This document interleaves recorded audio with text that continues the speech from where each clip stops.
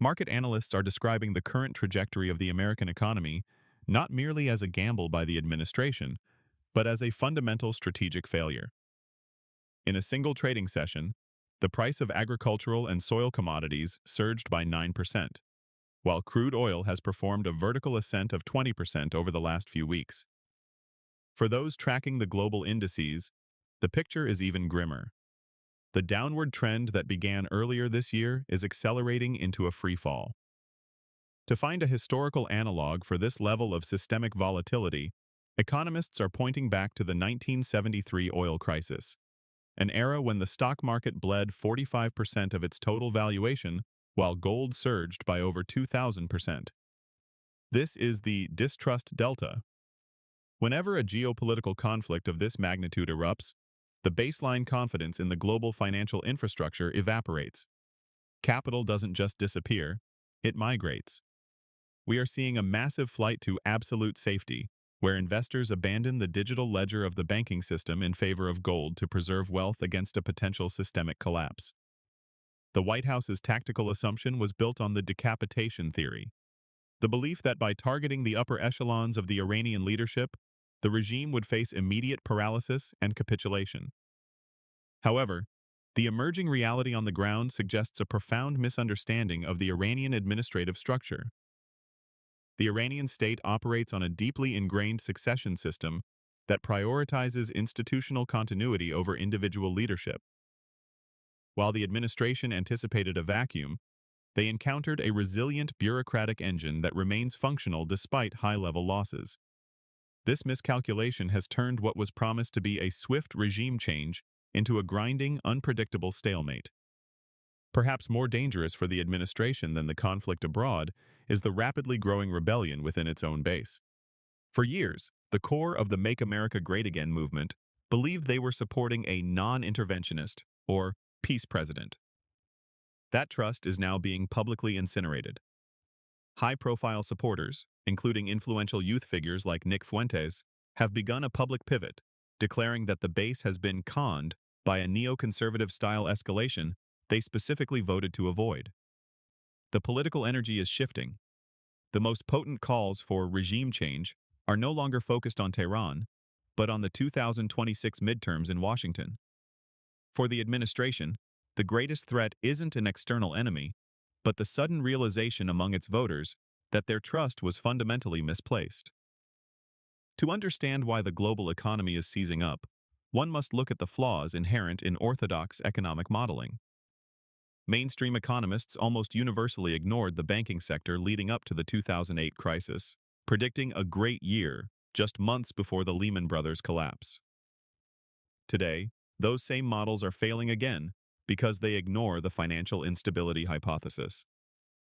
Derived from the work of Hyman Minsky, this heterodox view argues that capitalism is inherently prone to debt crises driven by private debt. In the years leading up to 2026, the ratio of private debt to GDP in the United States grew at an exponential rate. Mainstream theorists view banks as mere intermediaries that move money from A to B, assuming that credit levels do not affect overall economic activity. History and current market data proves this assumption false. When private debt stops growing, credit switches from an addict's boost to a demand drain, triggering a crash. While current government spending levels are high enough to prevent a total repeat of the 1930s Great Depression, the underlying structural rot is being exposed by the current war-driven supply chain blockage. The spike in oil prices is not a neutral event. It is a regressive tax on the American middle and working classes. As the cost of basic commodities rises, the gains from the last 40 years of productivity, most of which flowed to the ultra-wealthy, are being further protected while the average worker is screwed by the rising cost of existence. This economic pressure creates a political powder keg. The working class, who voted for the administration in hopes of economic relief, now find themselves under the weight of an inflation spike they cannot afford. This is leading to a massive political flip. As the midterms approach, the Project 2025 blueprint, a conservative religious and administrative plan used to staff the current government, is being seen by many as a blueprint for chaos rather than stability. Critics argue that the current instability is the natural result of letting an administration defined by narcissistic personality disorder take the reins without the guardrails that existed in previous terms.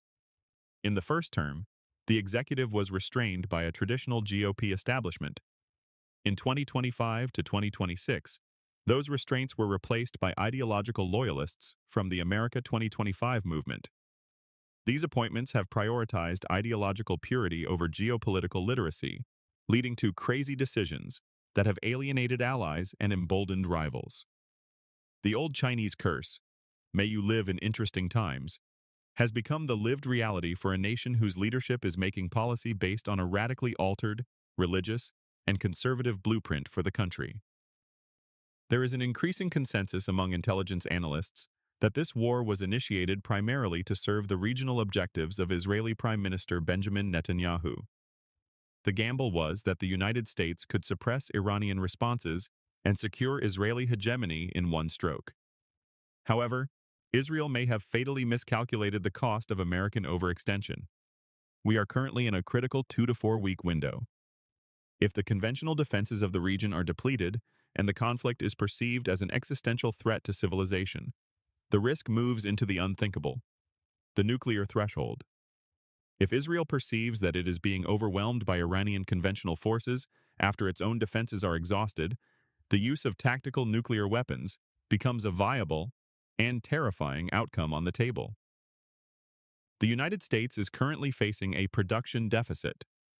It does not currently possess the domestic manufacturing capability to replenish the weapons systems required for the war it has started. While Congress is expected to pass massive appropriations bills to fund manufacturing, this fiscal stimulus will take years to manifest into actual hardware. This creates a nightmare chaos scenario: massive government spending at the exact same time as extreme supply chain constraints. This is the recipe for stagflation on a global scale. Predictable impacts have vanished. We are now in an era of pure systemic volatility. As the global monetary system is weaponized against major nations, the main beast of the financial world is effectively attempting to destroy the very order it created. The result is a global recession caused by supply chain atrophy and the simultaneous rise of speculative hedges like gold. History will likely judge the 2026 crisis not as a calculated move, but as a narcissistic misfire that broke the trust of the American public and the global financial community alike. For those seeking to understand the path forward, the mainstream models of 2008, which predicted a fantastic year right before the abyss, have proven their obsolescence. The path forward requires a heterodox understanding of debt, credit, and the inherent instability of a system built on private leverage. The midterms are approaching, the oil is rising, and the interesting times have only just begun.